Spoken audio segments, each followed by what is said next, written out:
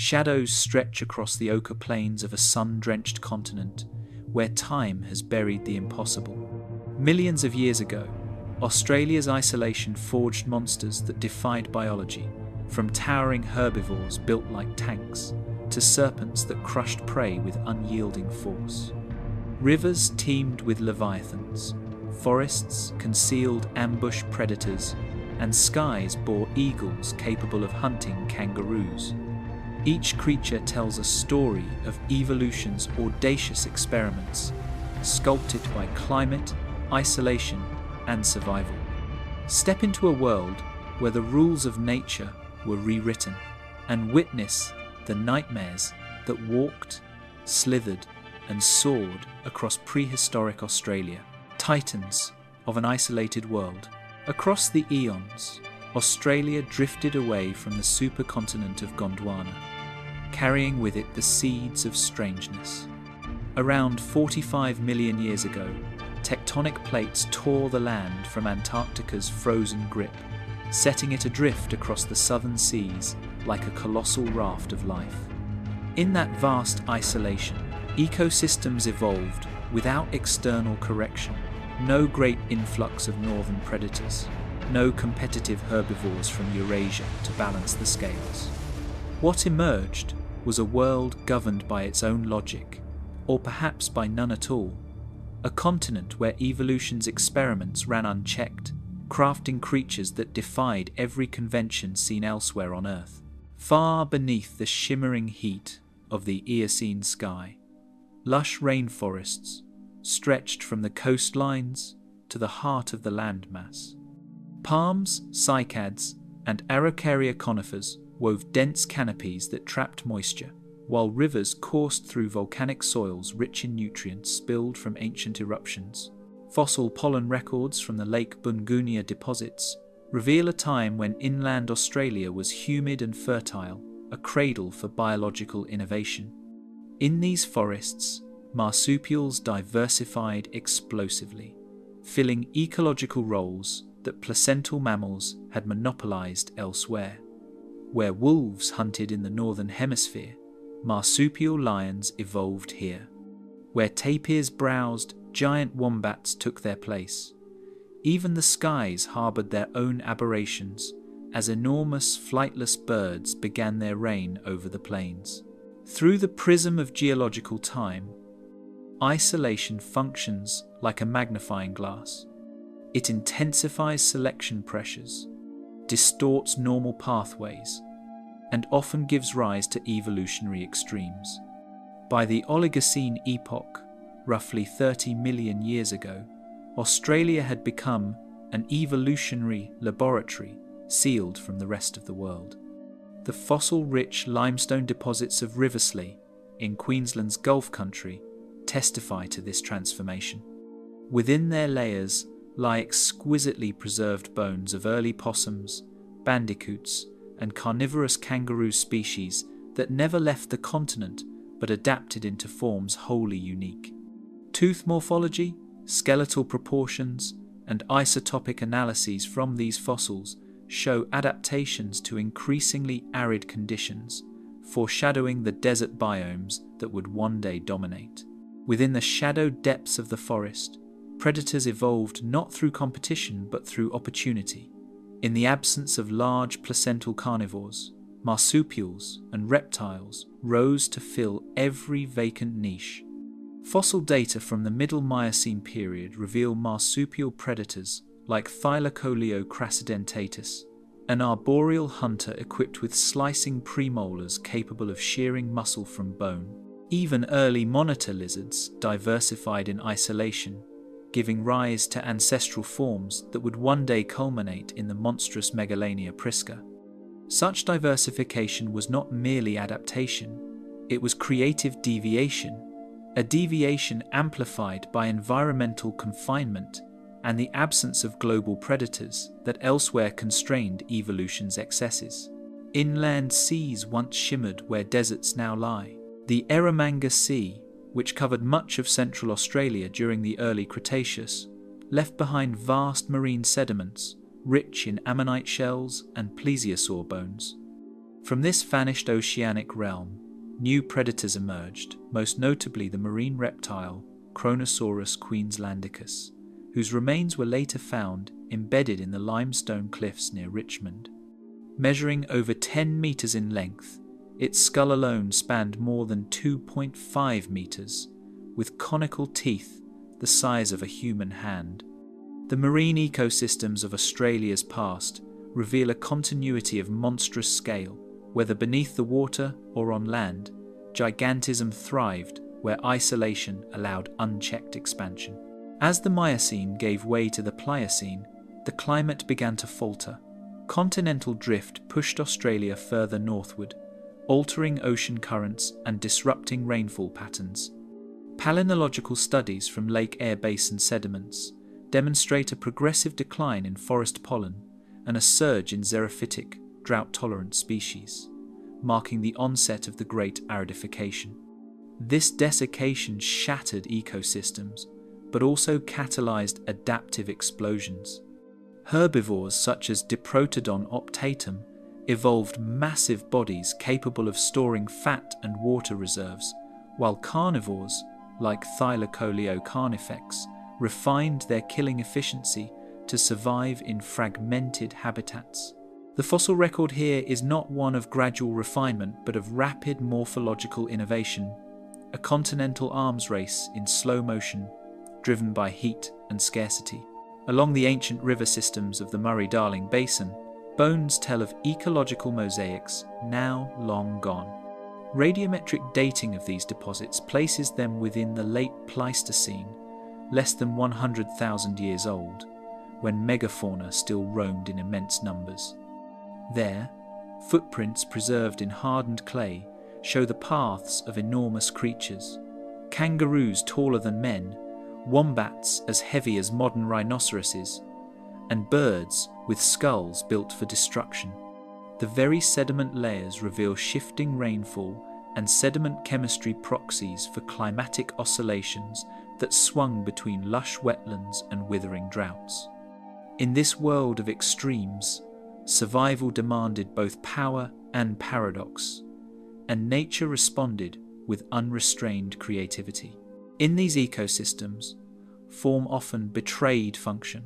Flightless birds, like Dromornis sturtoni, once thought harmless herbivores, possessed skulls so massive that some researchers hypothesize omnivory or even opportunistic predation. Their beaks, deep and crushing, could generate bite forces rivaling those of large mammalian carnivores. Yet they coexisted with marsupials, reptiles, and early humans in a delicate balance, each species filling a role dictated not by global templates, but by isolation's eccentric logic. The fossilized eggshell fragments found in Alcoota and Bullock Creek sites illustrate the scale of these creatures' eggs, larger than any modern birds, reminders that gigantism was both a survival strategy and a curse. Ocean currents, too, played silent roles in shaping Australia's impossible life forms. The closure of the Tethys Sea and the formation of the Antarctic Circumpolar Current around 34 million years ago cut off warm tropical waters, plunging the southern regions into cooler, drier conditions. Paleotemperature data extracted from marine microfossils show a steady decline in oceanic warmth, a factor that forced species inland and upward, compressing biodiversity into isolated refugia. Within those refuges, evolution twisted upon itself, producing gliding marsupials, burrowing monotremes, and amphibians that survived against all odds in evaporating pools. Every isolated pocket became a crucible for experimentation, birthing life forms that would seem mythic were it not for their fossilized remains. Through these transformations, one pattern emerges with startling clarity. Australia's creatures were not mistakes of evolution, but masterpieces of adaptation under constraint. The continent's long separation from Eurasia and Antarctica created an unbroken chain of endemic lineages, stretching from the early Cretaceous to the modern day. DNA studies comparing extant monotremes like Ornithorhynchus anatinus, the platypus, to fossil relatives from the Paleogene confirm ancient divergences exceeding 100 million years. This genetic endurance underscores how isolation preserved not just forms, but evolutionary philosophies, divergent answers to the same existential questions faced by life elsewhere. Even in extinction, the continent's legacy of strangeness endures. The megafaunal collapse of the late Pleistocene, a convergence of human arrival, fire-driven landscape change, and accelerating drought erased giants that had reigned for millennia. Yet their bones remain as evolution's monuments, scattered across caves, dunes, and dry lake beds.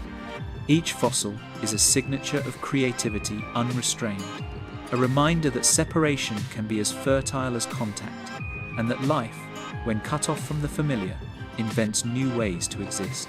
And so, as we stand at the threshold of this story, gazing back through layers of sediment and time, we find a land that taught evolution to dream beyond its own limits. In that dreaming, Australia forged titans that should never have been possible, predators without peers, herbivores without restraint, and reptiles that rewrote the definition of dominance. Among them was one creature whose reign began not with flight, but with its renunciation, a colossal bird that ruled the plains through sheer terrestrial power, the first of Australia's true impossibilities. The terror of the plains, Dromornis sturtoni, at the heart of the Alcuta fossil beds, where ochre winds expose ancient bones, the scattered remains of a colossal bird whisper of impossible strength. Here, in the parched expanse of central Australia, the ghosts of the late Miocene wait beneath layers of dust and memory, bones as thick as basalt, beaks as broad as a man's forearm. When paleontologists kneel in this desolation, brushing sediment from fractured skulls, they unearth not merely anatomy, but paradox. A creature built as though for war, yet shaped by an herbivore's hunger. The story of Dromornis sturtoni begins not in flight, but in the weight of a world that demanded endurance above all else. Across these plains, 30 million years ago, herds of Dromornis sturtoni strode through savannas that shimmered under relentless Miocene heat. The air was heavy with the hum of insects and the scent of desiccated grass. The horizon trembled with thermal mirages where thunderheads never came. Herds gathered near shrinking pools, their movements slow and deliberate, each step pressing history into the earth. Though flightless, these titans stood 3 meters tall and weighed nearly 650 kilograms, their long necks rising like pillars above the brush. They were peace embodied in motion until threatened. Then the serenity of their bulk became terror itself, a living fortress turned towards survival. Paleontologists piecing together the skull fragments soon realized that its head, nearly half a meter long, was not merely decorative, but an instrument of crushing force. The immense beak curved downward, serrated not by teeth but by keratin ridges that could shear through woody branches or crack seed pods the size of stones. Early reconstructions had imagined the bird as a timid browser, content to graze among eucalyptus and cycads. But bone stress patterns told another story, a story of collisions, impacts, and immense leverage. In life, its bite may have equaled that of the marsupial lion Tylocoleo carnifex, an irony that turned an herbivore into an accidental predator. The curvature of the beak, preserved in calcified ridges, suggests leverage so powerful it could shatter woody vegetation or pulverize bone. Each groove is a record of tension, each fissure the remnant of force channeled through sinew and will. In some fossils, microscopic striations reveal abrasion from mineral grit, implying that Dromornis may have fed close to the ground, stripping bark or crushing fibrous roots during droughts. The plains were rarely generous. Survival here was an act of mechanical precision. CT scans of the cranium, performed at Flinders University, reveal sinus cavities and muscle attachments, indicating a bite force rivaling that of apex carnivores. Yet within that violence lay purpose: to extract sustenance from a world of scarcity. The skull's broad posterior ridge anchored massive jaw muscles, while the narrowed rostrum acted as a fulcrum, concentrating energy into the beak's tip. Evolution had forged an engine of consumption that blurred the boundary between herbivory and omnivory. Yet its pelvis and leg bones, dense and weight-bearing, speak of endurance over speed, a walking fortress built for intimidation rather than chase. Unlike the swift ostriches or emus of later epochs, Dromornis moved with deliberate momentum, each step calculated and unhurried. Its bones were thick-walled, its joints locked in slow precision. In biomechanical reconstructions, the creature's gait appears almost mechanical, a rhythmic sway of power and balance. In the face of predators, it would not flee but stand immovable, using sheer presence as defense. The plains belong to mass, not motion. Sediment analysis from the Alcuta deposits points to floodplain environments alternating between wet and dry phases, where vegetation scarcity may have forced omnivorous adaptation. When rains failed, the land hardened into dust-pocked crusts. When floods came, ephemeral rivers carved new channels and exposed carcasses along their banks. In such extremes, even the gentle may turn opportunist. Coprolite fragments hint at traces of protein beyond plant origin, perhaps scavenged flesh, perhaps insects, a biochemical signature of desperation etched in isotopic variants. Coprolite samples and isotopic data, though fragmentary, imply that Dromornis occasionally consumed protein-rich food sources, perhaps scavenging carrion or small prey. The evidence remains circumstantial but compelling, aligning with the muscular architecture that suggests a beak too formidable for mere leaves. In this, Dromornis sturtoni stands as a creature of tension, an herbivore forced to bear the traits of a carnivore, a peaceful giant sculpted by the edge of famine. Reconstructing its musculature through digital modelling, researchers estimate its weight at up to 650 kilograms, its height exceeding 3 meters, the tallest bird ever to walk Australia's interior. The computer models reveal a mass distribution centered low, ideal for balance during slow, powerful movements. Its sternum, reduced and narrow, marks the loss of flight musculature, wings atrophied into relics of forgotten skies. Yet what it lost in air, it gained in dominance on land. The plains were not for the swift, but for the steadfast. The broader ecosystem surrounding it included browsing marsupials like Zygomaturus trilobus and early kangaroos that shared the same shrinking waterholes, illustrating a web of desperate coexistence. Fossil assemblages at Alcuta show bones of multiple species intermingled, as if drawn together by drought and death. The scene is one of balance, teetering on collapse. Herds drink beside predators, herbivores scavenge in hunger, as survival erodes the ecosystem's hierarchy. Dromornis stood amid it all, not predator, not prey, but monument.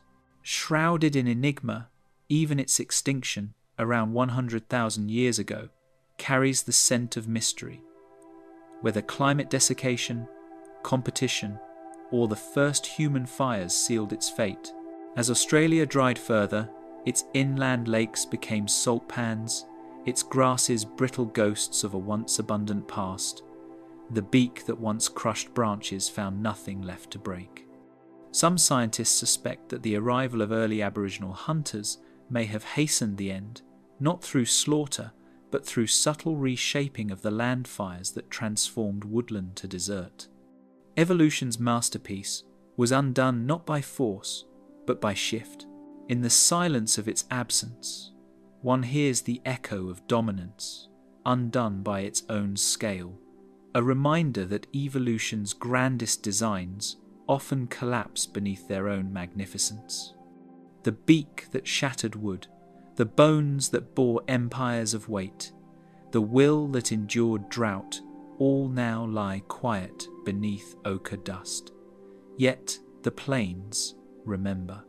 From the stillness that followed Dromornis's fall, a new terror began to stir, one of sinew, claw, and calculated intent. Nature's next sculptor would not build with peace repurposed into strength, but with hunger distilled into perfection. The apex marsupial Thylacoleo carnifex. After the mighty thunderbird vanished from the skies, the forests of ancient Australia awakened to a new design for death. Where once herds thundered across open plains, a new kind of power moved in shadow, compact, silent, and deliberate. The air beneath the eucalyptus canopy shimmered with dust and humidity, concealing a creature whose presence would change the balance of the Pleistocene world. It was not the swift pursuit of a cheetah or the endurance of a wolf that ruled here, but the quiet perfection of a marsupial sculpted by solitude and time. Among the leaf litter and filtered light of Miocene woodlands, a cat-shaped enigma watched from the shadows, though it was no cat at all. Its lineage is traced not to placental carnivores, but to tree-dwellers and leaf-eaters, creatures that once fed gently among the branches. Yet isolation had twisted that heritage into something entirely new. Thylacoleo carnifex, the pouch lion, stood as the apex predator of its age, weighing over 100 kilograms and stretching nearly 1.5 meters in length. Its compact body was a masterpiece of muscular efficiency, its stance low and balanced, its head carried with a strange, calculating poise. Its skull, compact and reinforced like a living vice, bore incisors that sliced rather than tore, an evolutionary rebellion against mammalian convention. Unlike any other carnivore on Earth, its front teeth formed paired blades, modified from the chisel-like incisors of its herbivorous ancestors. This anatomical defiance revealed nature's strange creativity, the way necessity bends tradition. Its jaws could not tear flesh like a cat's, but instead clamped with guillotine precision, shearing through tendon and bone with mechanical finality.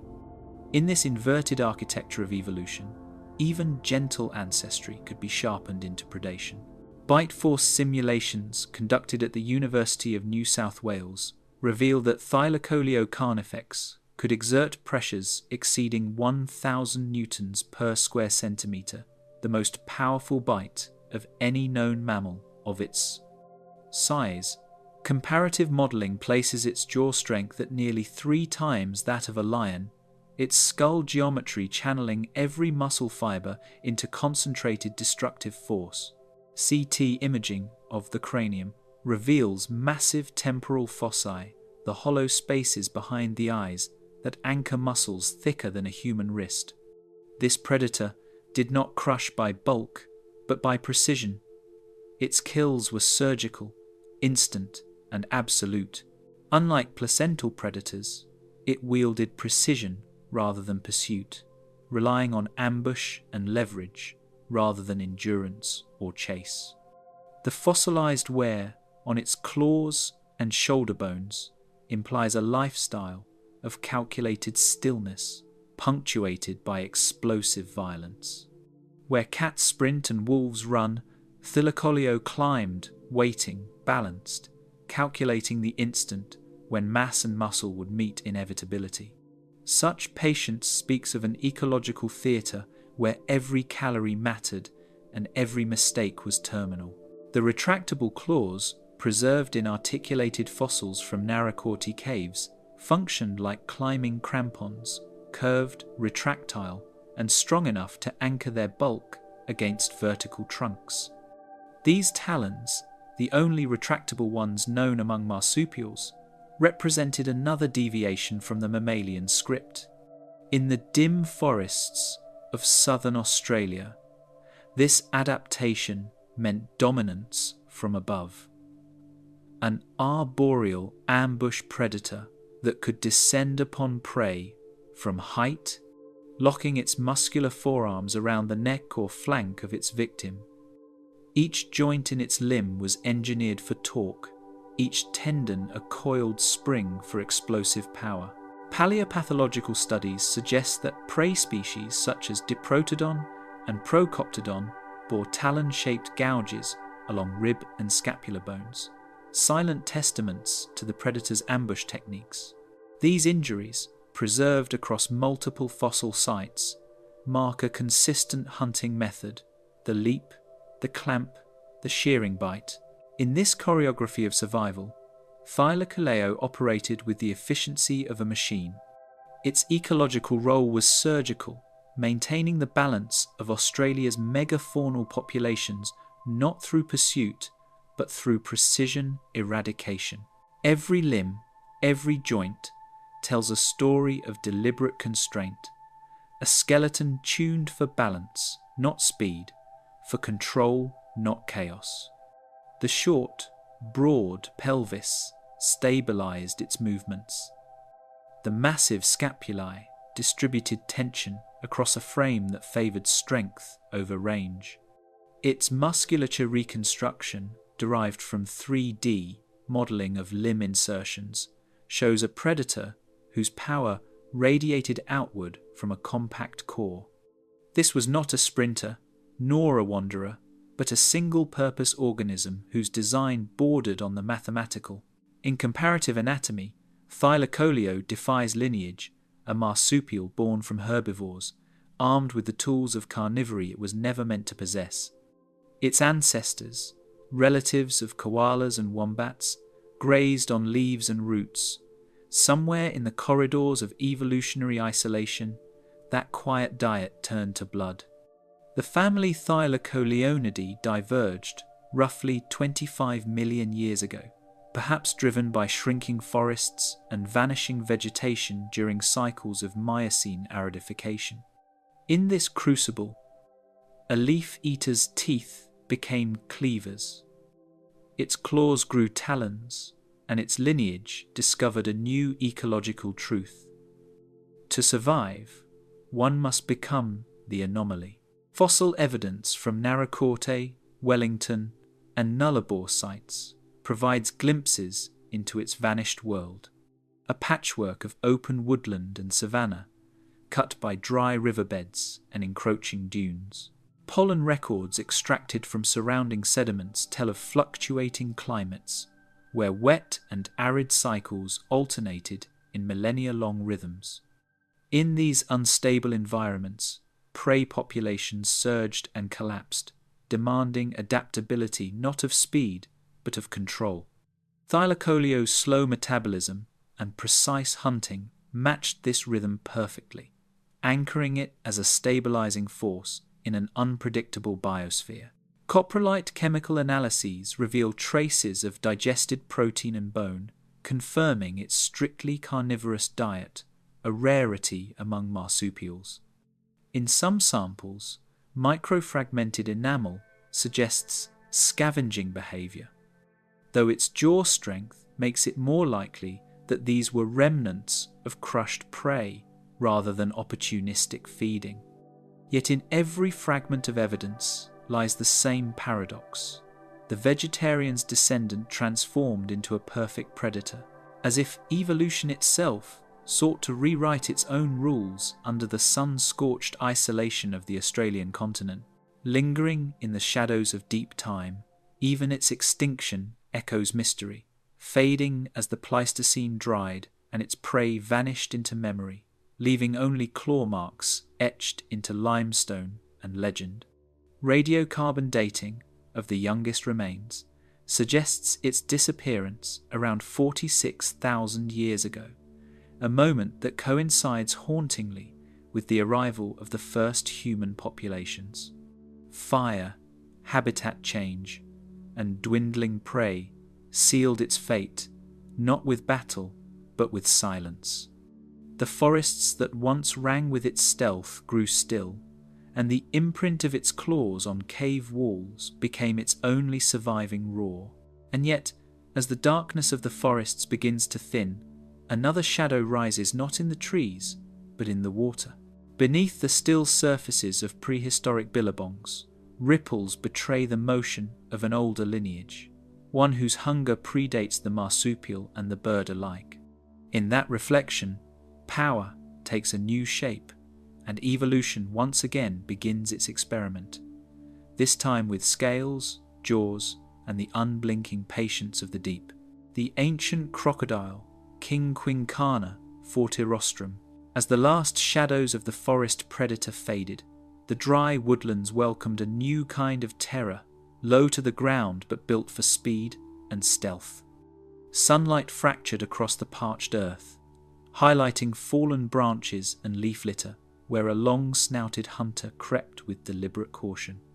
Unlike its aquatic relatives, this crocodile had abandoned rivers and billabongs, adapting its massive frame to life on land. Every step was measured, every muscle coiled like a spring, waiting for the moment when evolutionary patience became instantaneous violence.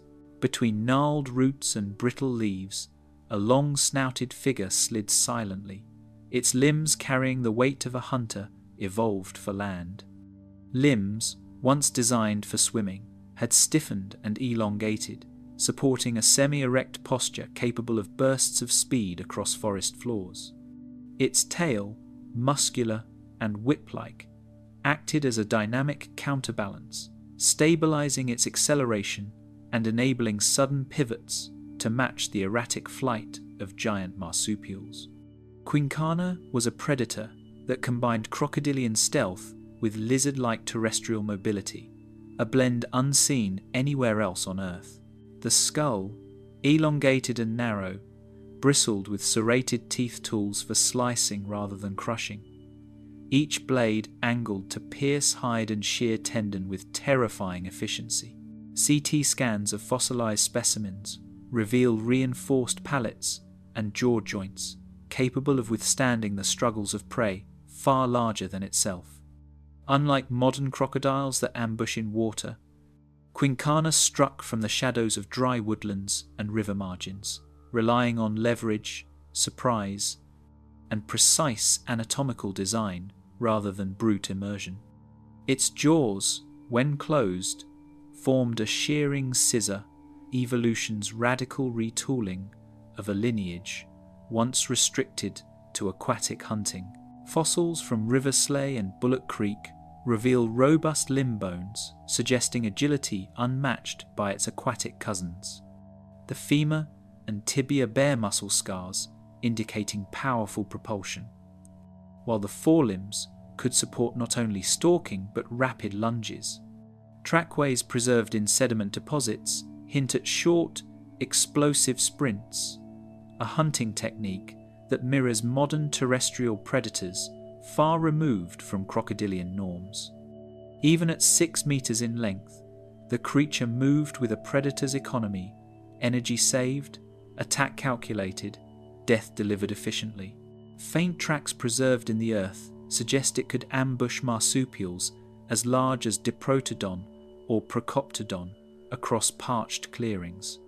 Bite marks on fossilized bones corroborate a strategy of incapacitation-serrated teeth slicing along soft tissue, puncturing vital organs with precision. Its prey, massive by any standard, would have stood little chance once the initial strike landed. In this ecological theatre, Quincana exploited the evolutionary gap left by birds and marsupials, asserting dominance in the terrestrial niche where no other crocodile dared to tread. CT scans of cranial structures show reinforced jaws and pressure-resistant palates, evidence of a predator capable of handling immense, struggling prey. Biomechanical modelling indicates that the predator could bite through thick hides and resist torsion forces from flailing limbs, making even the strongest marsupials vulnerable.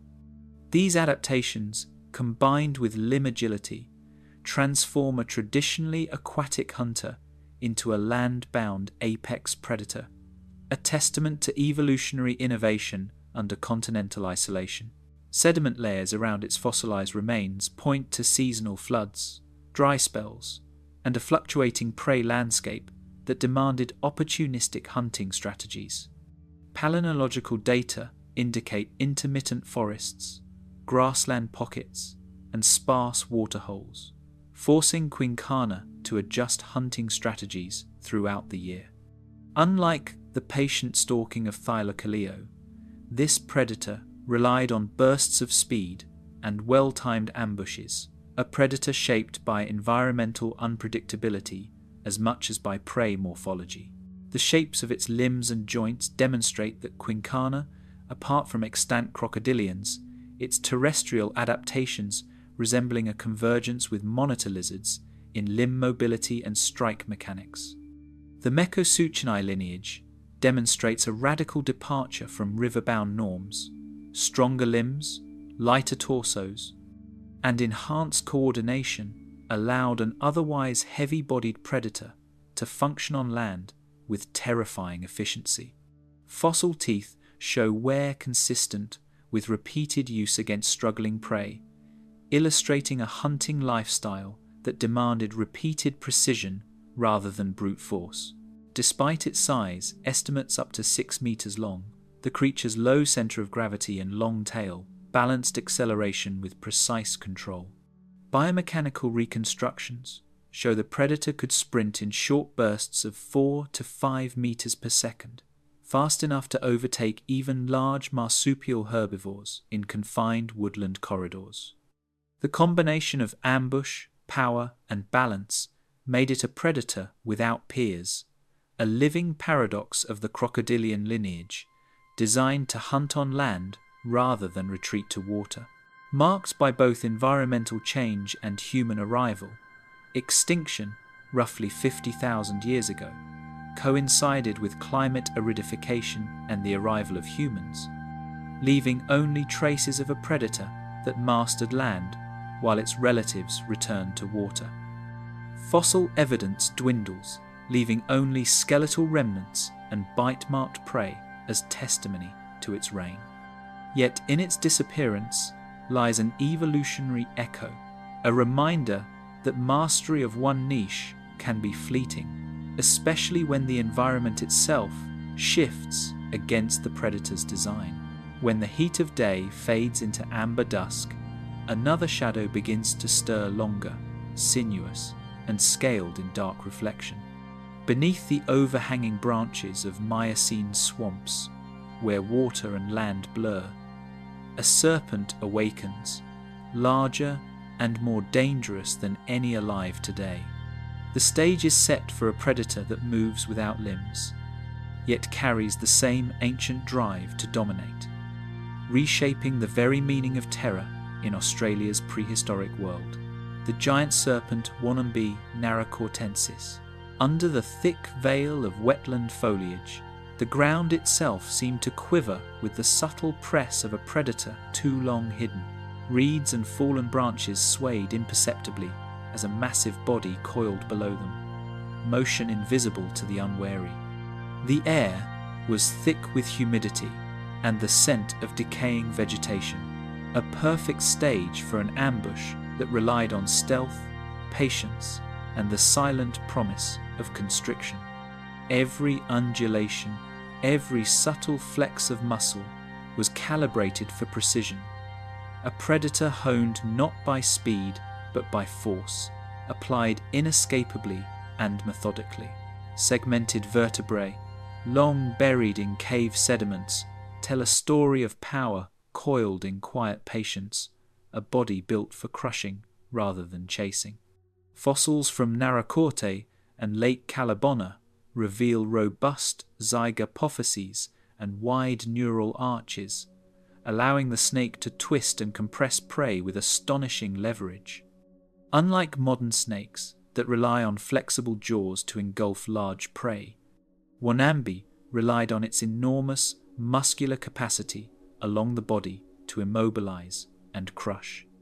Each vertebra was a testament to evolutionary engineering, a sequence of mechanical levers perfected for constriction, showing how a lineage that never developed extreme jaw mobility could dominate its ecological niche. Muscle impressions etched into fossilized spines suggest torsional force capable of immobilizing prey with a single, unrelenting embrace. Digital reconstructions estimate that a 6-meter adult could generate hundreds of kilograms of pressure along its coils, enough to crush wallabies, giant birds, and medium-sized marsupials. Its method of predation demanded patience and silence. Any movement was calculated, energy conserved until the moment of closure. Fossilized tracks near prey remains hint at ambush sites where water and shadow combined to hide its presence entirely. The rigid skull, small compared to the length of the body, reveals an evolutionary choice favoring strength over swallowing flexibility, a design of calculated constraint. Jaw morphology shows limited gape, meaning the snake could not ingest very large prey whole, but instead relied on methodical constriction to subdue and consume portions over time. This constraint, paradoxically, became a specialization. It allowed the head to remain narrow and agile, while the body delivered overwhelming crushing power, an evolutionary trade-off perfected over millions of years. Scattered remains of wallabies and flightless birds bear the unmistakable signature of constriction bones compressed, joints twisted under unimaginable pressure. Fossils display puncture marks consistent with teeth embedding during the coil's tightening, alongside signs of spiral compression along long bones. These prey traces form a grim chronicle of the snake's dominance, each skeleton a testament to methodical predation that relied less on speed and more on patient, suffocating power. Palynological studies depict an environment of dense reeds, braided streams, and ephemeral waterholes, perfect for an ambush predator that strikes unseen. Seasonal variations created temporary channels and shaded banks where Wunambi could lie in wait, exploiting both cover and prey behavior. Sediment cores indicate that this landscape oscillated between wetter and drier phases, forcing the snake to adjust ambush sites across the year. Its hunting strategy, therefore, was both spatially and temporally adaptive, tuned to the rhythm of the wetland ecosystem. The serpent's coiled silhouette, occasionally glimpsed above the wet soil, would have inspired terror in any creature venturing too close, yet it moved without haste or sound. Nightfall amplified its effectiveness. Large herbivores came to drink, unaware of the invisible hunter waiting beneath the roots and reeds. Reconstructions suggest it could strike with minimal warning, delivering compressive force along its coils to immobilize prey instantly. Unlike the clawed ambush of Quincana or the tooth-shearing precision of Thylacoleo, this predator's mastery was a silent, invisible suffocation that left no chase, only inevitability. Comparison with modern constrictors shows that, while lacking extreme gape, the snake compensated with extraordinary muscular leverage along the entire body. Biomechanical analysis suggests that every vertebra contributed to torsional strength, creating a distributed system of constriction unmatched by most living snakes.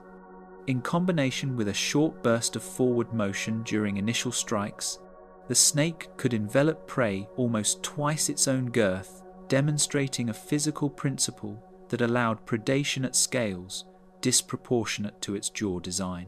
Its 6-meter length made it one of the largest terrestrial predators of southern Australia, a slow-motion executioner within a fragmented Pleistocene ecosystem.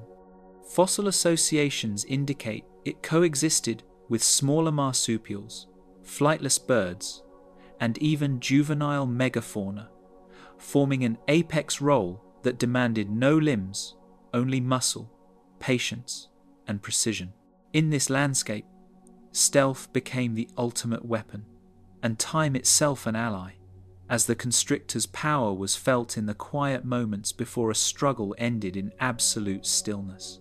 Isotopic analyses of preserved vertebrae indicate a diet of mixed prey sizes, suggesting opportunistic predation that could include wallabies weighing up to 30 kilograms or giant flightless birds such as Genyornis.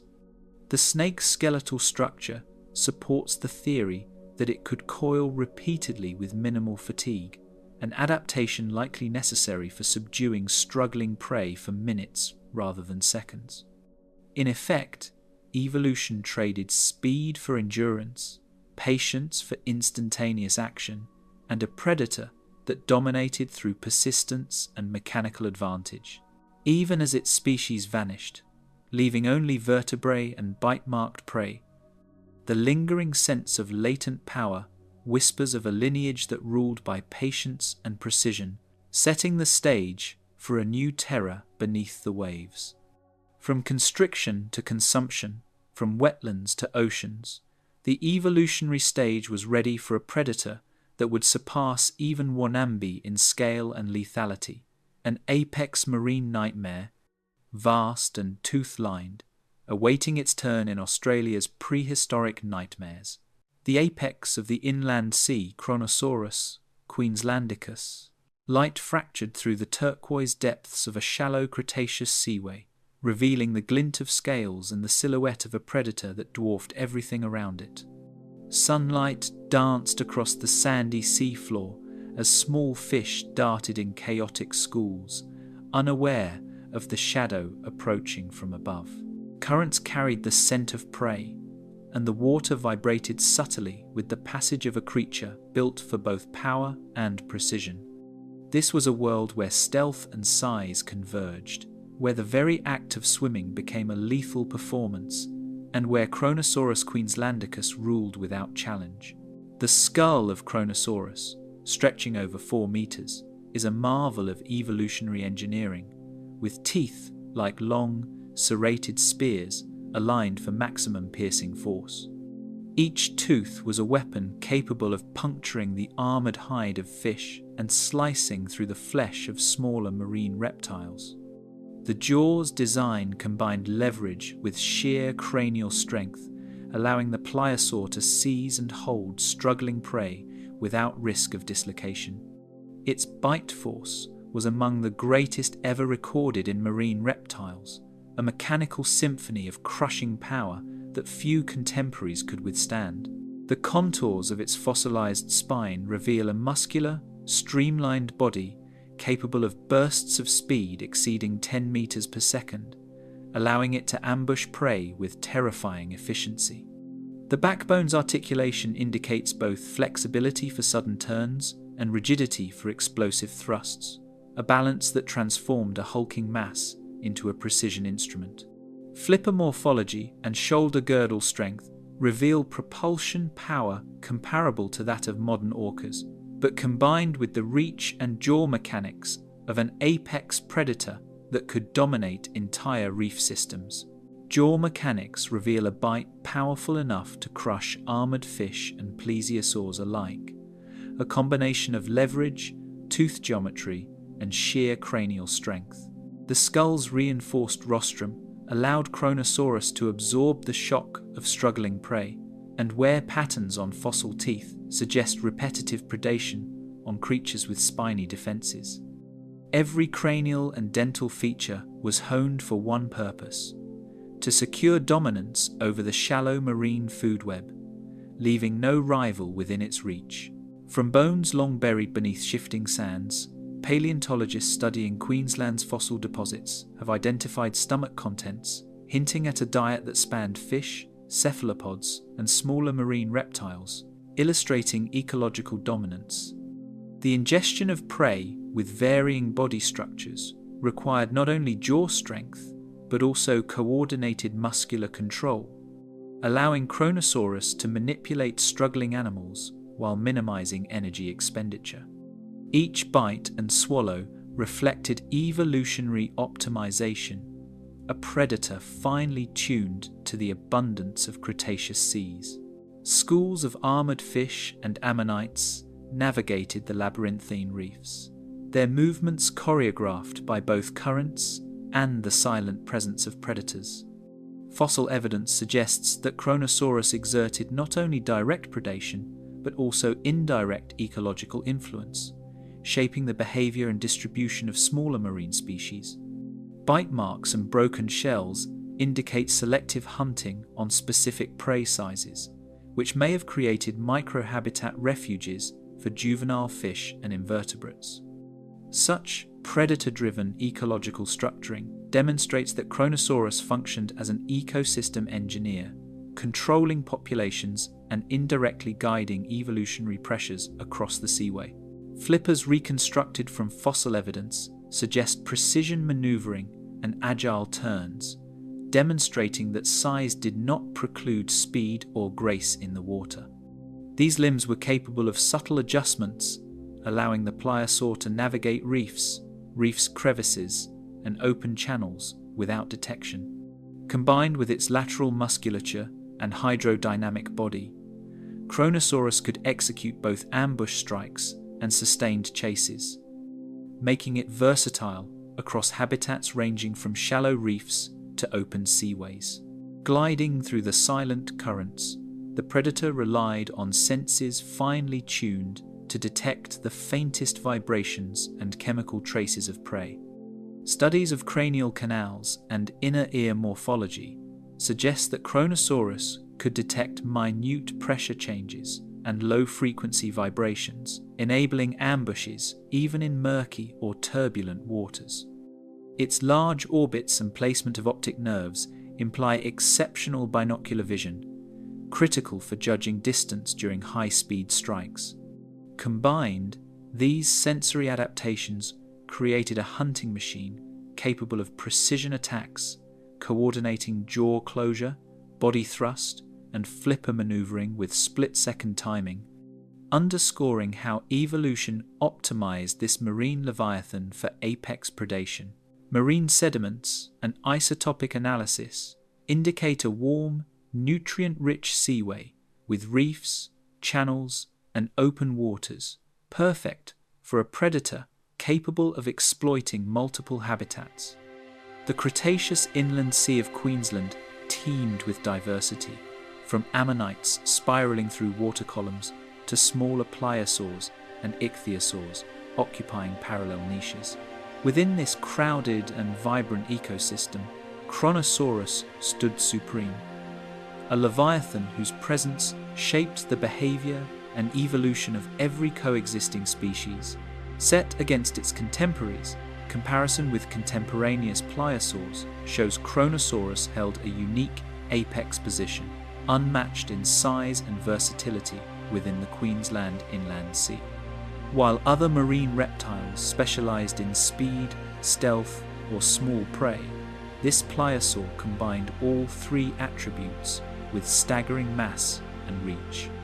Fossil evidence of bite-marked conspecifics hints at occasional intraspecific competition, suggesting that even the apex predator faced challenges from rivals of its own kind, but few could contest its dominance for long.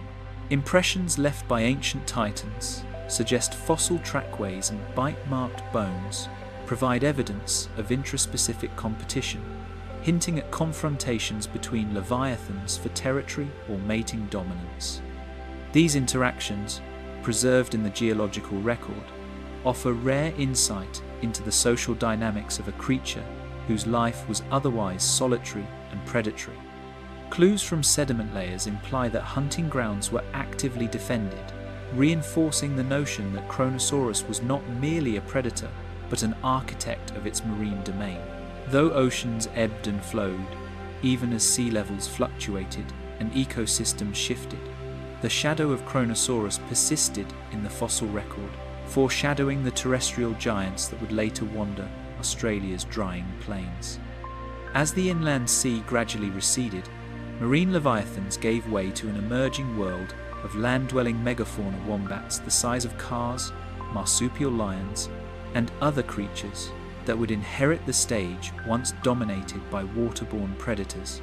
The power, precision, and evolutionary ingenuity seen in Kronosaurus, became a distant echo, a reminder that apex status is fleeting and that the next chapter of Australia's prehistoric nightmares would rise from sand and sun rather than water. The wombat Colossus Diprotodon optatum, dust swirled around colossal footprints, each one a testament to a creature built like a moving fortress. The Pleistocene plains of Australia were a stage for titans, and every step of Diprotodon pressed the earth deeper into history, recording the slow persistence of a herbivore whose size alone commanded the landscape.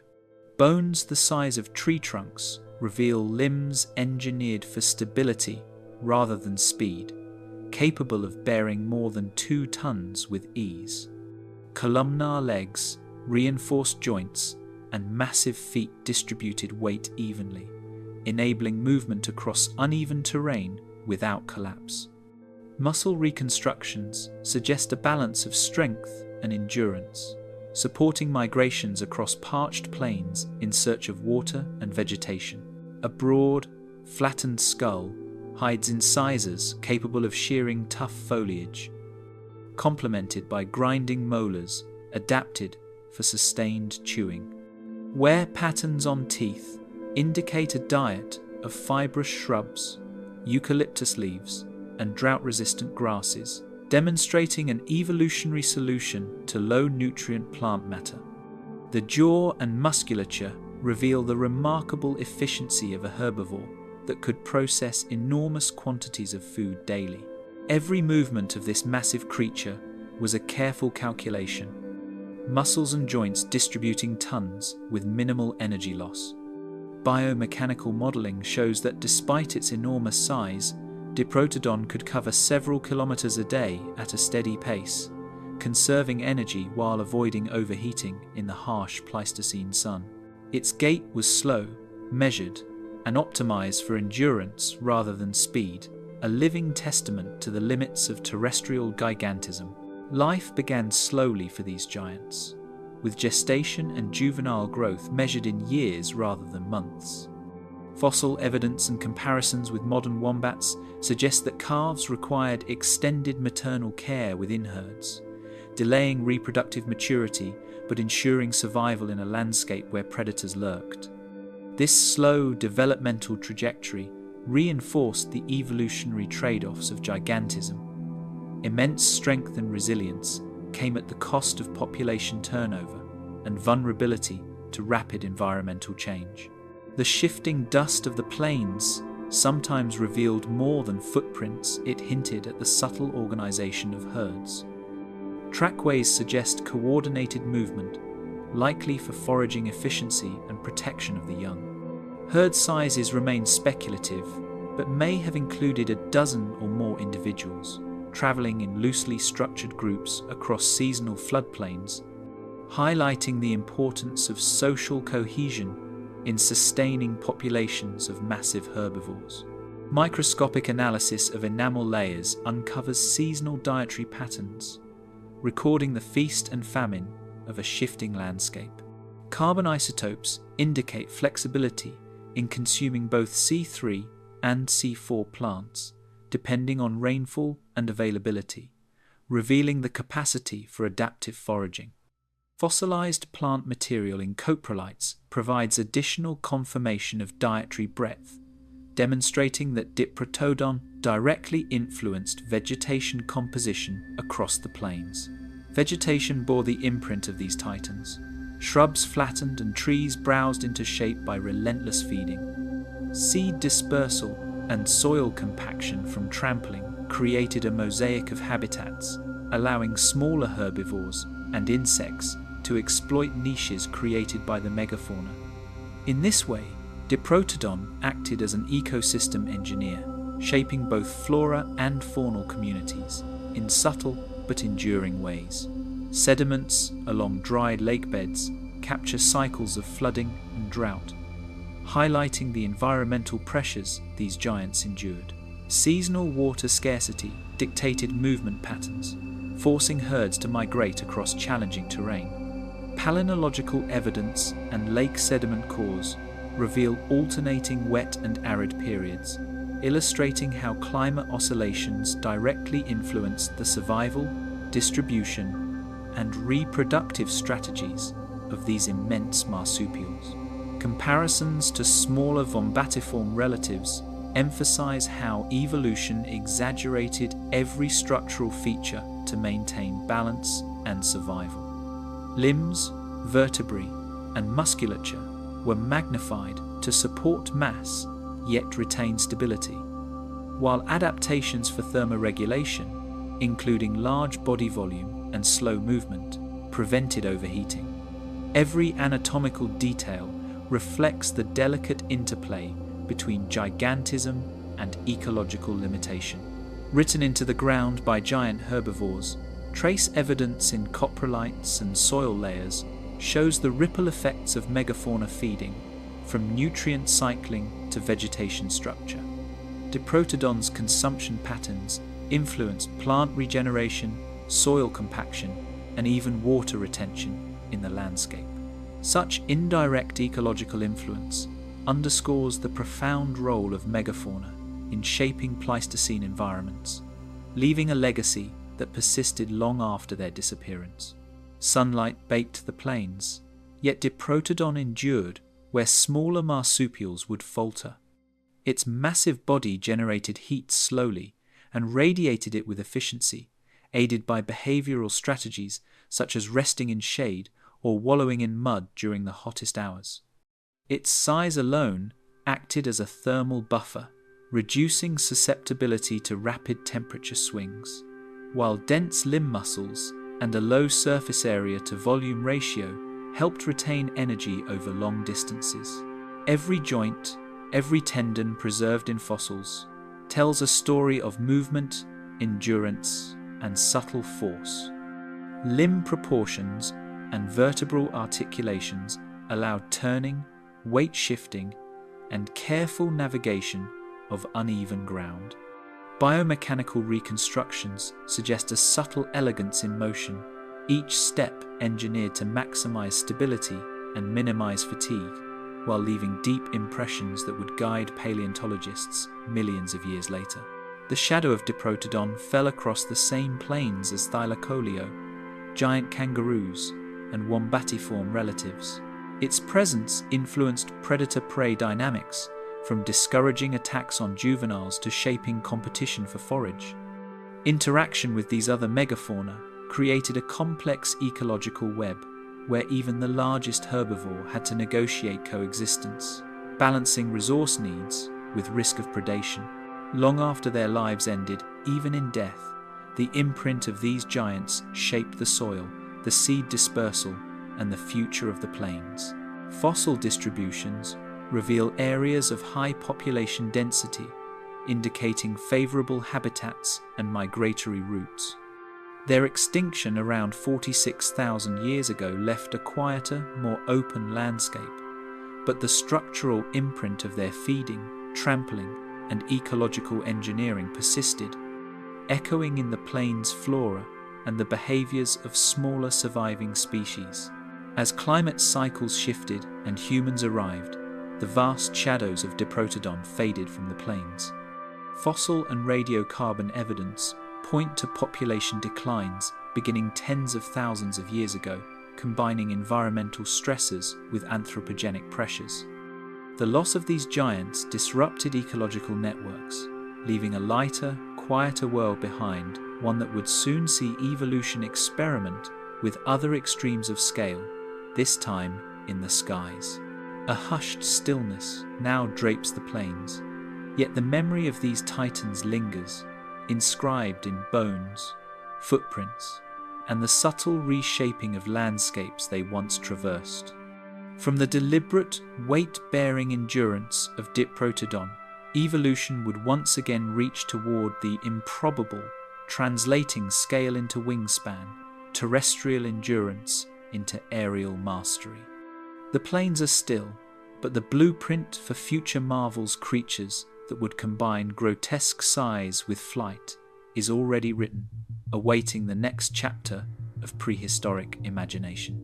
The demon duck of doom, Bulocornis planae, a heavy silhouette slid through the dappled light of ancient woodlands, each step pressing the earth into the memory of its mass. Standing nearly 2.5 meters tall, Bullocornis planae was a flightless enigma, a bird whose body seemed too powerful to belong to a creature that once grazed. Its weight, estimated at over 250 kilograms, made every movement deliberate, yet its skeletal design allowed for sudden bursts of force, a paradox of lethargy and latent lethality. Jawbones, preserved in calcified rock, hint at a strike that could crush stems and snap small limbs alike. The enormous skull, over 50 centimeters in length, carried a beak both massive and mechanically sophisticated, engineered to maximize leverage and withstand enormous stresses. Bite force modeling suggests that Bullocornis could have torn through tough plant material, but its jaws also had the capacity to inflict serious damage on unwary animals, hinting at occasional opportunistic carnivory. Muscles anchored to the skull reveal a neck capable of immense lateral and vertical force, turning the head into a weapon. Fossil attachment sites show robust cervical musculature that could swing the skull with surprising speed, enabling foraging efficiency or defense. The combination of cranial mass and neck strength transformed the bird's head into a versatile tool equally suited for stripping vegetation or delivering blows to smaller competitors and predators. Thick tarsal bones carried weight that would challenge modern elephants, yet allowed subtle bursts of movement when hunting. Limb proportions and joint morphology indicate adaptations for stability, supporting the heavy torso while maintaining agility on uneven terrain.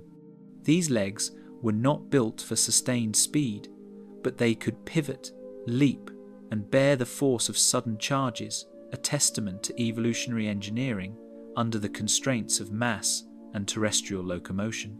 Imprinted in ancient sediment, fossilized footprints, spaced irregularly, suggest an animal capable of sudden acceleration despite its bulk. Trackways indicate not only movement patterns, but also social behavior, hinting at either solitary exploration or loosely coordinated pairs navigating the forest floor. These imprints reveal how Bullocornis negotiated dense understory, waterlogged soil, and competing megafauna, leaving a durable record of life that paleontologists continue to interpret. Leaf impressions near skeletal remains reveal the diet of this giant bird, a mixture of tough foliage and occasional opportunistic prey. Coprolite analysis, though fragmentary, shows plant matter and hints at invertebrate or small vertebrate ingestion, underscoring the ecological flexibility that allowed Bullocornis to thrive in dynamic Miocene woodlands. Its feeding habits likely shaped understory vegetation, influencing plant composition and the availability of resources for other herbivores. Bone fragments discovered near Bullocornis remains hint at interactions with other megafauna, suggesting occasional scavenging or opportunistic predation. These fragments, often gnawed or scratched, indicate the bird may have exploited carcasses when vegetation was scarce, showing behavioral flexibility previously underestimated in flightless giant birds. Isotopic analysis of surrounding sediment layers supports this, revealing a mix of C3 and C4 plant consumption alongside sporadic animal protein intake, underscoring the adaptive versatility of Bullocornis within Miocene ecosystems. The curvature of the beak and serrated edges show evolutionary experimentation in both feeding efficiency and potential combat. Unlike any modern bird, Bullocornis combined cranial power with intricate edge design, suggesting a dual-purpose adaptation for grazing and, potentially, confrontation. This grotesque beak exemplifies Australia's prehistoric penchant for extremes, where isolation drove evolution toward forms both bizarre and functional. Riversley sediments, layered in ochre and sandstone, provide a backdrop for interpreting the environment this predator inhabited. Fossilized plants and fauna indicate a subtropical mosaic of open woodland and wet corridors, alternating between flood-prone riverbanks and drier uplands. Such habitats offered both cover and resources, shaping the bird's behavior, social organization, and predatory opportunities, while presenting challenges for survival and competition. Analogies drawn from today's ratites show comparisons with extant, flightless birds that illustrate convergent solutions to balance, power, and terrestrial mobility. Emus and cassowaries provide modern analogues, yet Bullocornis amplifies these features to extremes: heavier bone density, stronger musculature, and a beak capable of both foraging and combat. Studying these contrasts allows paleontologists to infer how biomechanics scaled in megafaunal birds, offering insight into evolutionary experimentation under isolation. Close study of its claws and limbs shows that microscopic examination of claw sheaths and limb bones suggests Bullocornis could deliver precise, controlled strikes with its feet. While not a primary predator, these adaptations may have helped defend territories, deter competitors, or manipulate vegetation during feeding. Such biomechanical nuances, reconstructed through 3D modeling and muscle attachment studies, reveal that evolution favored not just mass, but functionality, a reminder that even seemingly ponderous giants possessed refined anatomical control. Encoded in the layers of the fossil record hints at a shadowy coexistence with smaller herbivores, predators, and competitors, revealing complex ecological interactions. Bullocornis would have encountered juvenile marsupials, giant kangaroos, and other dromaeonthids, negotiating access to food and water in a landscape of fluctuating resources. Its presence may have shaped behavior patterns across species, creating a ripple effect that influenced population dynamics and community structure within Miocene woodlands. Extinction, driven by shifting climates and habitat contraction, erased Bullocornis from the landscape, leaving only bones to speak of its terror. Palynological studies and sediment analysis suggest drying trends reduced suitable habitat, while emerging competitors may have restricted access to critical resources. Its disappearance marked a turning point in avian megafauna, leaving niches that smaller, faster birds eventually filled, though none would rival its sheer combination of size, strength, and cranial sophistication. Its presence long gone, even absent from the forests. The image of this bird persists, a grotesque silhouette of what evolution can conjure when isolation meets extremity. From the massive skull to the formidable legs, every adaptation tells a story of a creature both magnificent and terrifying. A predator grazer whose form challenges the boundaries of possibility. As the forests receded and evolution's gaze shifted skyward, the stage was set for an aerial counterpart.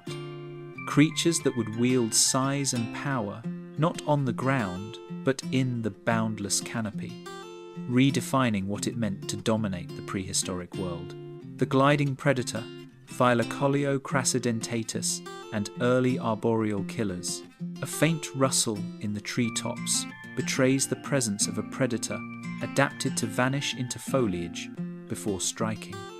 Long before its terrestrial cousin, Thylacoleo crassidentatus had perfected the art of ambush in three-dimensional space, hunting among the branches of Australia's Miocene forests. Its compact body, lithe yet powerful, relied on stealth, precision, and timing, turning each leap and glide into a calculated strike. Fossils from Riversley and Naracoorte reveal limb structures optimized for both climbing and controlled aerial movement, suggesting that gliding was not merely a travel strategy, but a central component of its predatory lifestyle. Fingers tipped with recurved claws curl around branches, locking the hunter in place with effortless tension. This adaptation allowed T. crassidentatus to anchor itself securely in the canopy while preparing to launch at unsuspecting prey. The claws, longer and sharper than those of its ground-dwelling relatives, demonstrate a unique evolutionary divergence. Marsupials, typically terrestrial hunters, are exploiting arboreal niches. Functional morphology analysis indicates that these claws were capable of supporting the animal's entire body weight, enabling not only stability but also sudden bursts of attack from above. Beneath its furred exterior lies a skeleton engineered for vertical ambush, each vertebra a lever for lethal agility. Spinal flexibility allowed twisting mid-glide, directing momentum with unmatched precision to deliver strikes with the incisors or forelimbs. Vertebral reconstructions show reinforced interlocking processes, providing both stability for landing and shock absorption during aerial maneuvers. This combination of flexibility and strength illustrates the evolutionary experimentation that occurred in isolated Australian forests, where arboreal predation remained largely unexplored. Dappled light catches the glint of incisors designed for puncturing, revealing the deadly precision of a canopy specialist. Though smaller than T. carnifex, the teeth of T. crassidentatus were proportionally formidable, capable of slicing soft tissue cleanly and delivering lethal bites to small marsupials, birds, and reptiles. Dental microwear studies suggest that it favoured agile, quick-moving prey, requiring rapid strikes and precise placement.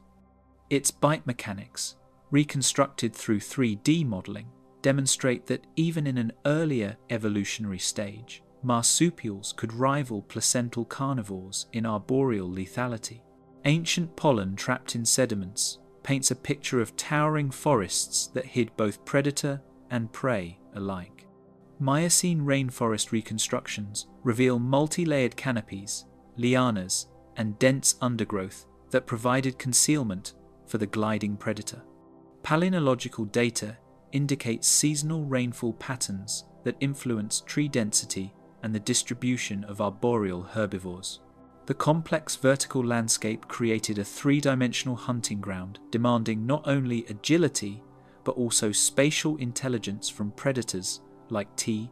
crassidentatus. Tiny scratches on bone fragments suggest encounters with prey larger than itself, hinting at bold hunting strategies. Marks on small kangaroo bones and early possums imply ambush tactics where the predator immobilized prey before delivering fatal bites. This opportunistic predation demonstrates that T. crassidentatus was not confined to diminutive prey. Its combination of gliding, clawing, and biting allowed it to tackle animals approaching its own size. In essence, it turned the forest canopy into a vertical battlefield where strategy outweighed brute force. Muscle ridges along the shoulder blades indicate explosive bursts of controlled propulsion, propelling it through the air with lethal grace. Analyses of attachment points and reconstructed musculature suggest the predator could generate sufficient lift and forward momentum for short glides of several meters. These movements were likely paired with rapid directional changes mid-flight, allowing it to ambush prey from unexpected angles. The anatomical evidence demonstrates that evolution in Australia's isolated forests favoured an intricate balance of power, speed, and precision in arboreal hunters. Branches snapped at oblique angles point to the predator's ability to manipulate its environment in pursuit of food. Fallen or damaged limbs found near skeletal remains hint that T. crassidentatus may have dislodged smaller animals or destabilized perches during hunting. Combined with claw marks on trunks and logs, this evidence paints a picture of an animal that actively interacted with and modified its arboreal habitat, using the forest itself as a weaponized extension of its body. Such behavioral sophistication is rarely inferred in early marsupial predators. The spacing of limb joints reveals a balance between flexibility and strength, perfect for gliding from tree to tree. Humeral and femoral articulations indicate a wide range of motion without sacrificing stability, critical for landing safely on narrow branches or pivoting mid-leap. Limb proportions also suggest the ability to climb vertically with efficiency, seamlessly integrating climbing, jumping, and gliding into a single predatory strategy. These adaptations mark an evolutionary bridge between terrestrial hunting and mastery of the canopy. Chemical signatures in fossilized remains hint at a diet that shifted with the seasons, demonstrating remarkable adaptability. Stable isotope analysis reveals a mixture of C3 plant-eating prey and small vertebrates, indicating that T. crassidentatus could exploit whatever arboreal resources were available. This dietary flexibility would have been essential during periods of forest contraction or prey scarcity, underscoring the species' ability to survive in dynamic and competitive ecosystems. It also foreshadows the more specialized predation tactics of its terrestrial descendant T. carnifex.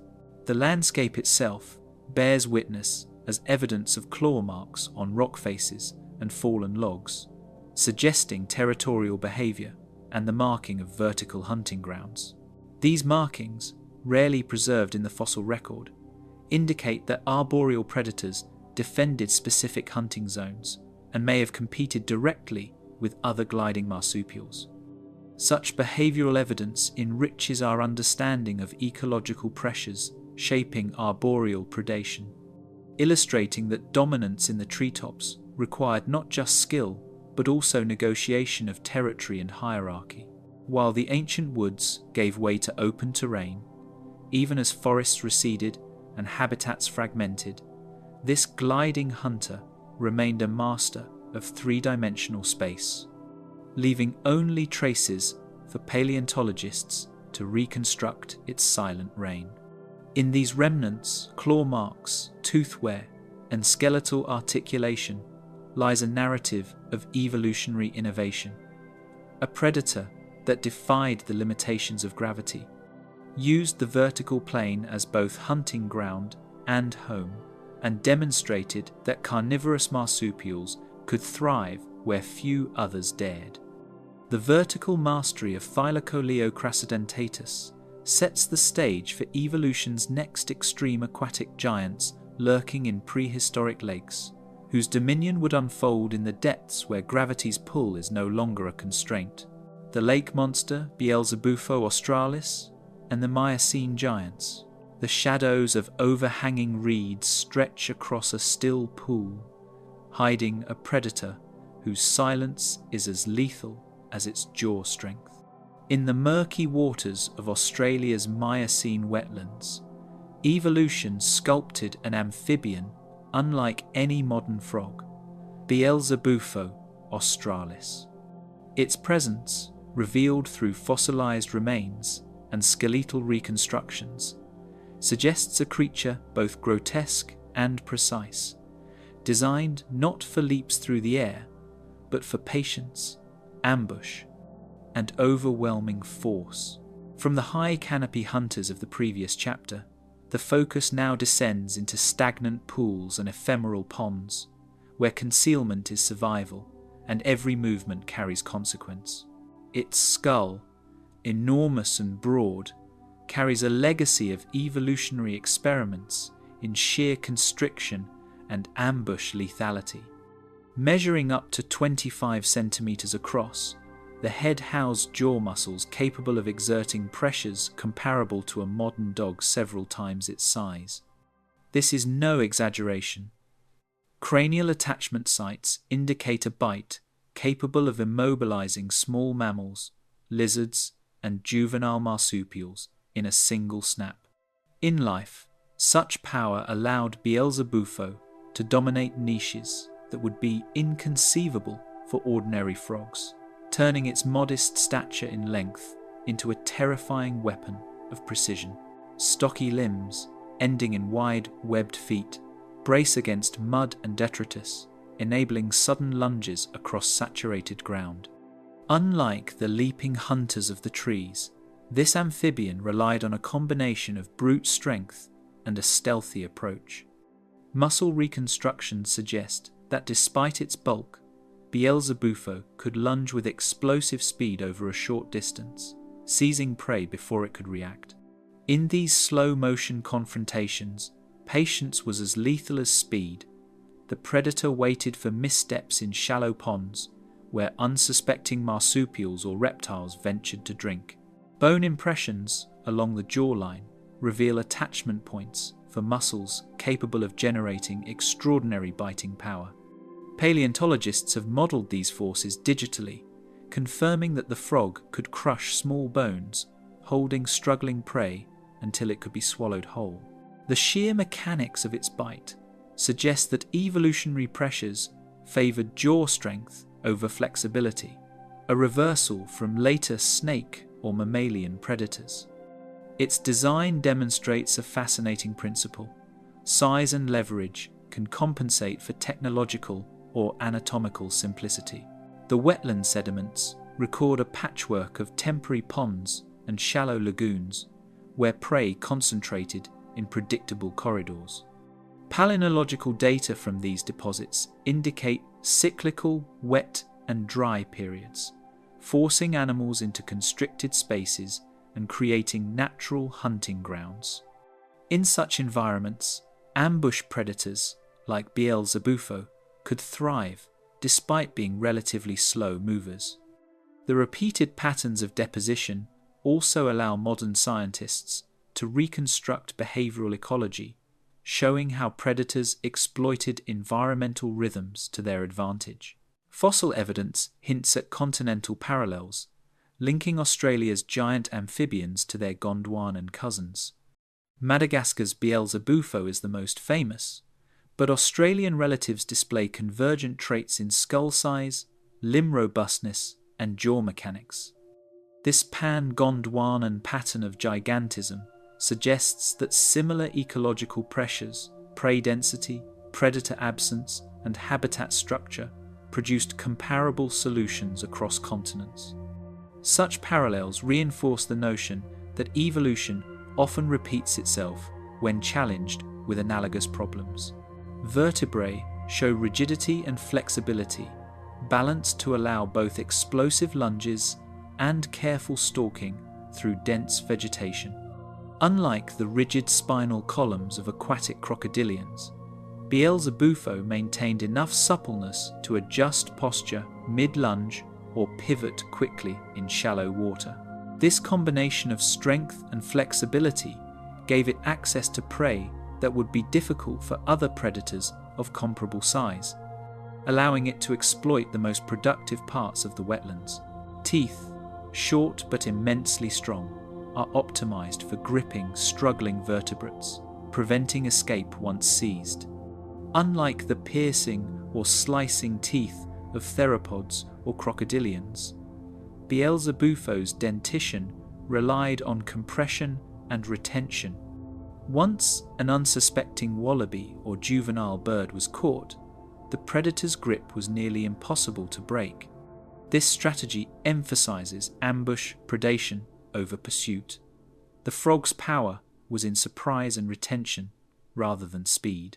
Subtle clues embedded in skeletal tissue reveal that analysis of bone chemistry provides glimpses into diet, suggesting opportunistic carnivory that included reptiles, small mammals, and eggs.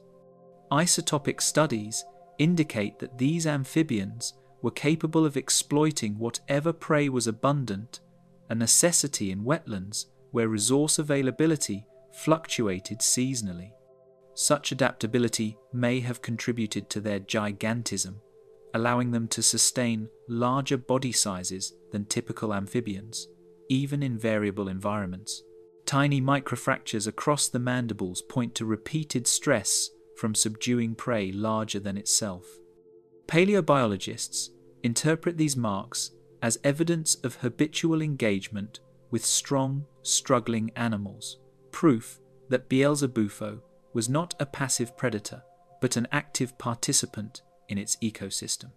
The fossil record, therefore, captures more than bones. It hints at the daily violence, the calculated ambushes, and the survival strategies that defined these swamps. The sparse fossil distribution implies largely solitary territories, with adults dominating individual hunting grounds within the wetland. Unlike social predators or pack hunters, Beelzebufo's survival depended on stealth, positioning, and controlled bursts of force. Fossils clustered in specific microhabitats suggest that competition was minimized through spatial separation, with each adult claiming ponds or lagoons as exclusive hunting zones. As the climate shifted towards seasonal dryness, Beelzebufo's gigantism illustrates the delicate balance of predation and environmental constraint, preparing the stage for the aerial predators soon to dominate the skies.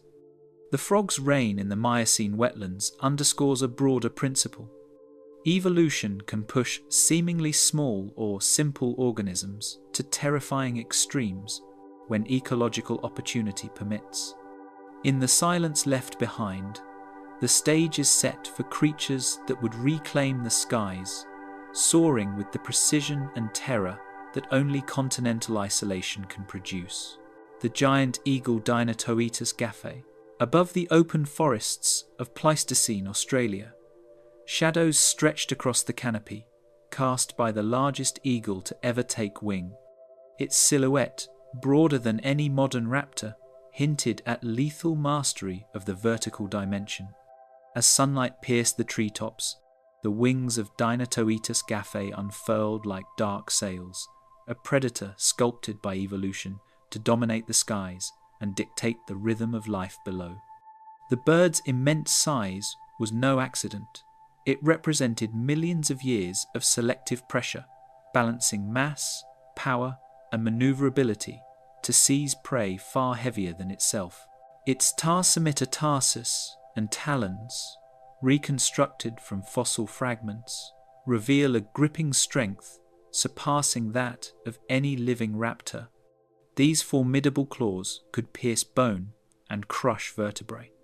Evidence that flight alone was insufficient prehensile power in its limbs was essential.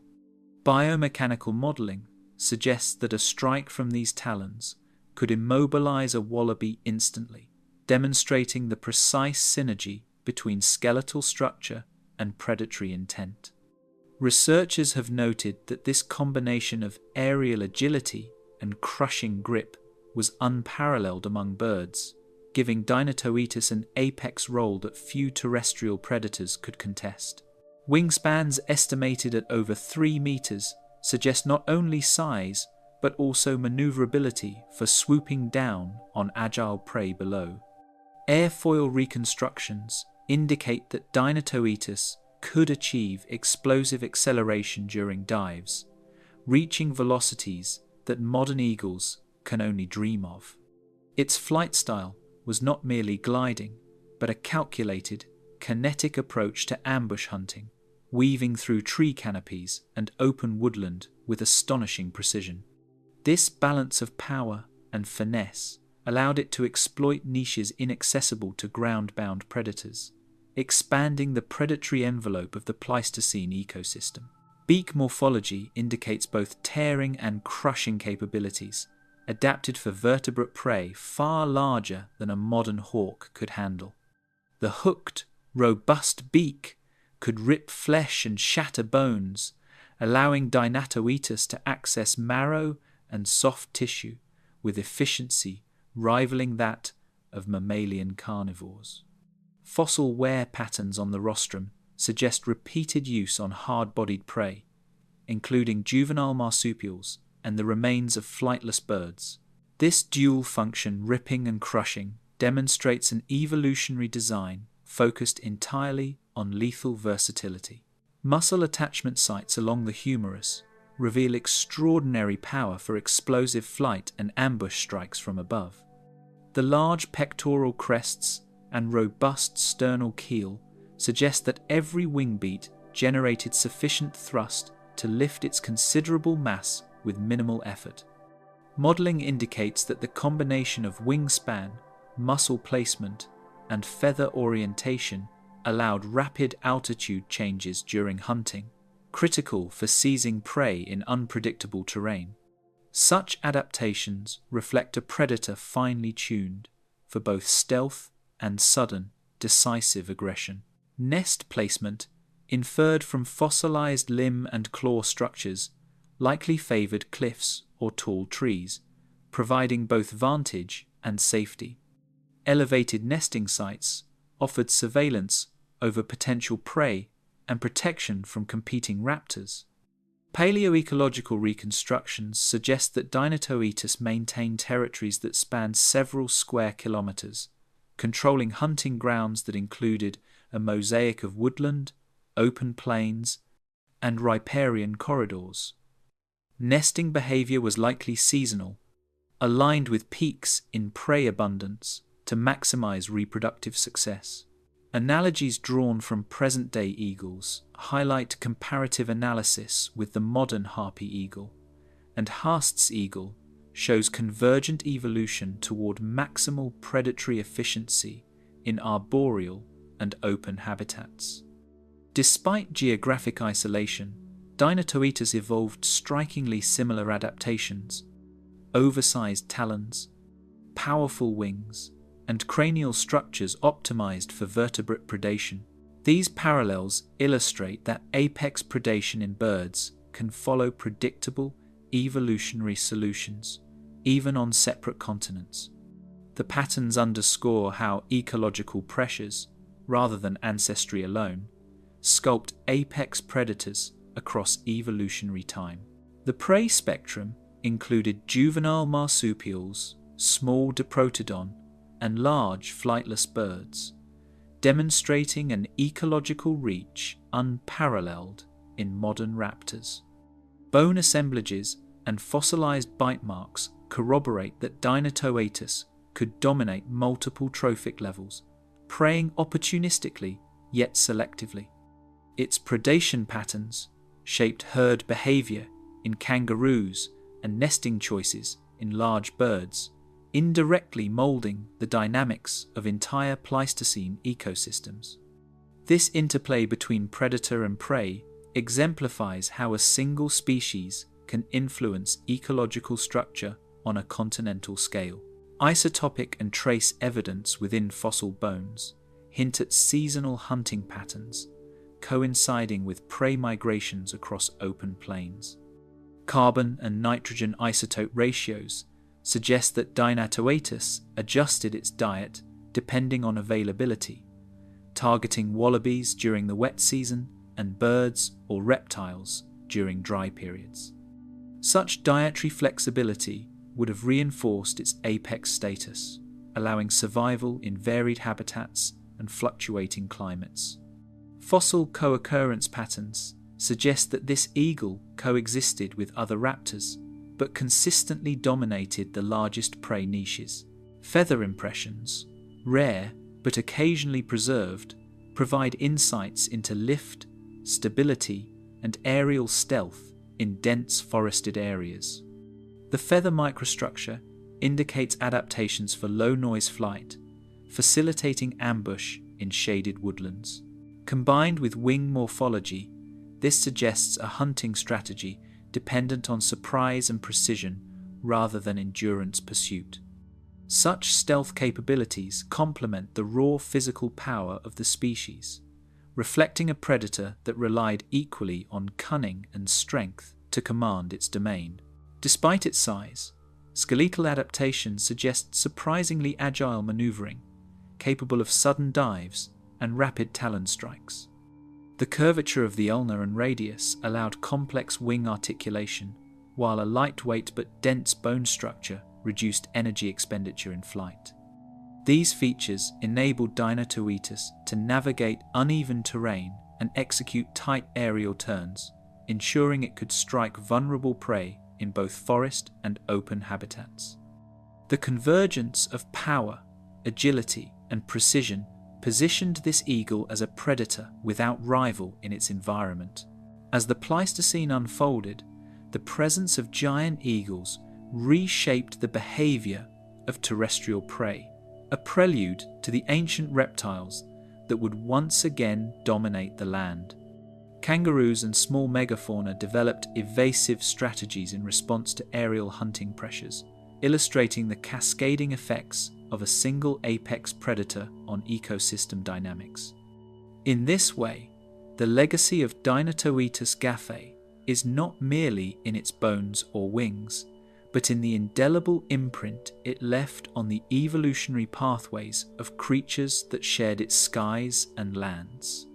From the death-dealing precision of these aerial titans, we begin to sense the return of the primal reptilian nightmares that predated both birds and mammals, setting the stage for the next chapter's ancient terrors. The ancient dragon Megalania prisca, a monstrous silhouette slithered across the sun-baked plains, 7 meters of muscle and scale, heralding the final reign of Australia's terrestrial giants. Its body, elongated and sinuous, cut across the ochre dust like a living relic from a prehistoric dream, a predator unmatched in size and precision. As the sun glinted off fossilized remnants discovered in Pleistocene deposits, paleontologists could almost reconstruct the living beast, imagining each vertebra flexing with lethal intent. In this twilight of reptilian supremacy, Megalania claimed dominion over dry plains and woodland corridors alike, a predator that ruled without rival. Each vertebra, fossilized and gleaming, revealed a spine built for explosive bursts of speed despite immense bulk. Digital reconstructions suggest that its locomotion was a careful balance of stealth and sudden acceleration, capable of ambushing unsuspecting marsupials or scavenging opportunistically. Unlike most modern reptiles, Megalania's vertebral column shows adaptations to support both a sprawling gait and lateral thrusts, hinting at a unique combination of flexibility and power. Such anatomical ingenuity emphasizes that evolution in isolation under the harsh Australian climate could produce creatures far exceeding expected limits. Grooves etched into the massive jawbones hinted at a venom delivery system that would have made its bite lethal to even the largest prey. While evidence for venom remains circumstantial, the morphology of the mandibular canal and associated cranial structures mirrors that of known venomous lizards, suggesting a potential biological innovation to subdue struggling prey. Teeth aligned along these jaws, serrated and interlocking, would have allowed Megalania to pierce and immobilize rapidly, turning even an herbivore of moderate size into a meal. Such adaptations indicate a predator that combined brute force with sophisticated biochemical weaponry, a dual threat in a world where opportunity was scarce. Thick, clawed limbs flexed in the fossil record, suggesting ambush strikes capable of bringing down wallabies and juvenile megafauna alike. Analysis of limb proportions and muscle attachment sites demonstrates that Megalania could rear and strike with tremendous leverage, using forelimbs not merely for support, but as active instruments of predation. Paleontologists compare the biomechanics to modern varanid lizards, scaled up exponentially, noting that this predator's musculature allowed both controlled pursuit and sudden bursts of lethal force. The claws themselves, robust and recurved, functioned as both stabilizers and weapons, anchoring Megalania during struggles with larger prey. Serrated teeth, curved and knife-like, were scattered across ancient floodplains, their wear patterns telling of countless successful hunts. Microscopic examination reveals evidence of bone scraping, likely from both hunting and scavenging activities, showing that Megalania's diet was opportunistic yet effective. Each tooth fragment preserved in sandstone or calcareous matrix serves as a testament to the predator's dominance in the Pleistocene ecosystem. Moreover, the combination of tooth shape, spacing, and bite mechanics suggests a predator capable of tackling diverse prey, from small marsupials to juvenile diprotodon, asserting its position atop the food chain. Layers of sediment from once fertile riverbeds showed shifting habitats, forcing Megalania to adapt between open plains and wooded corridors. Climate data derived from palynology indicate periods of aridity punctuated by seasonal floods, reshaping hunting grounds and prey availability. Fossil associations suggest that Megalania navigated these transitions with ease, exploiting both open terrain for ambush and tree-lined waterways for stealthy pursuit. Its ability to inhabit diverse microenvironments underscores the evolutionary plasticity that allowed reptiles to remain apex predators even as mammalian competitors rose. Juvenile marsupials, their remains preserved nearby, likely fell victim to this apex predator's precision and power. Fossils of small macropods and wombat relatives exhibit bite marks consistent with Megalania's jaw morphology, providing direct evidence of predation. Such dietary flexibility would have allowed Megalania to survive during periods when larger prey was scarce, supplementing its energy intake with opportunistic kills. This ecological role paints a portrait of a predator finely tuned to its environment, bridging the gap between efficiency and brutality. Tail bones indicate a counterbalance and striking mechanism, capable of propelling Megalania's massive body or sweeping aside competitors. Reconstructions suggest the tail was heavily muscled, aiding both locomotion and defensive maneuvering, and may have functioned to pin struggling prey. Comparisons with extant monitor lizards illustrate how the tail could generate lateral force, enabling a predator of this scale to maintain agility despite its bulk. The evidence reveals a creature built not only for dominance, but for precise control of its environment, ensuring survival in a harsh and fluctuating landscape. Isotopic analysis of tooth enamel reveals a diet both opportunistic and active, blending scavenging with targeted predation to survive climatic fluctuations. Variations in carbon and oxygen isotopes indicate feeding on a mixture of herbivores and possibly carrion, reflecting seasonal resource availability. These findings help reconstruct not only feeding behaviour, but also the broader ecosystem dynamics of late Pleistocene Australia, where prey, species, vegetation, and climate imposed constant selective pressures.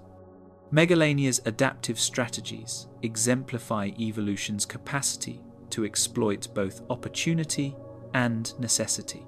Co-occurring fossil evidence hints at a world shared briefly with early humans, raising haunting questions about encounter and avoidance. Stone tool assemblages and human footprints appear in regions where Megalania remains are found, suggesting overlapping ranges. While direct interaction remains speculative, the possibility of humans observing or evading such a massive predator adds a profound narrative layer to its story, merging biological reality with the early human experience in Pleistocene Australia. Every recovered claw, vertebra, and jaw fragment invites speculation about movement, hunting strategy, and the terrifying presence that dominated the landscape.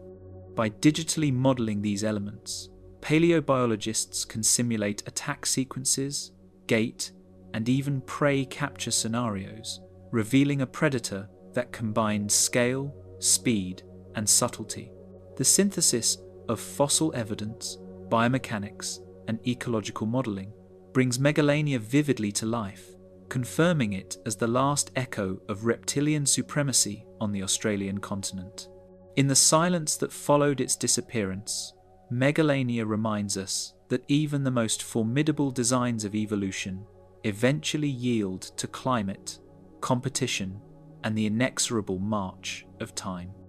Its extinction, roughly 40,000 years ago, marked the end of a lineage that had dominated terrestrial landscapes for millions of years, leaving behind only bones and imagination.